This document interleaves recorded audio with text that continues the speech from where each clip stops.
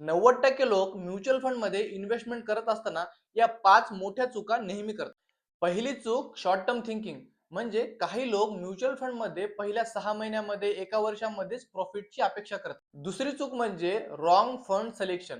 काही लोक मित्रांच्या सांगण्यावरून किंवा मागील 2-3 वर्षाचे रिटर्न्स पाहून फंड सिलेक्ट करतात. तिसरी चूक म्हणजे मार्केट पडत असताना एस-आय-पी बंद करणं. चौथी चूक म्हणजे पोर्टफोलिओ रिव्ह्यू न करणं.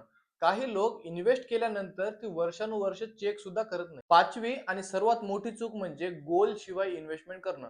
काही लोक प्लॅनिंग न करता रॅन्डम इन्व्हेस्टमेंट करतात. तुम्हाला हे वाटत असेल की म्युच्युअल फंड मध्ये इन्व्हेस्टमेंट करताना तुमच्याकडून यापैकी कुठलीही चूक होऊ नये, तर तुमच्याकडे एक योग्य मार्गदर्शन करणारा म्युच्युअल फंड डिस्ट्रीब्युटर असणं खूप गरजेचं आहे.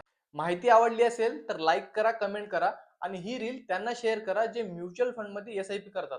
आणि अधिक माहितीसाठी खाली दिलेल्या नंबरवरती कॉन्टॅक्ट करायला विसरू नका. थँक्यू.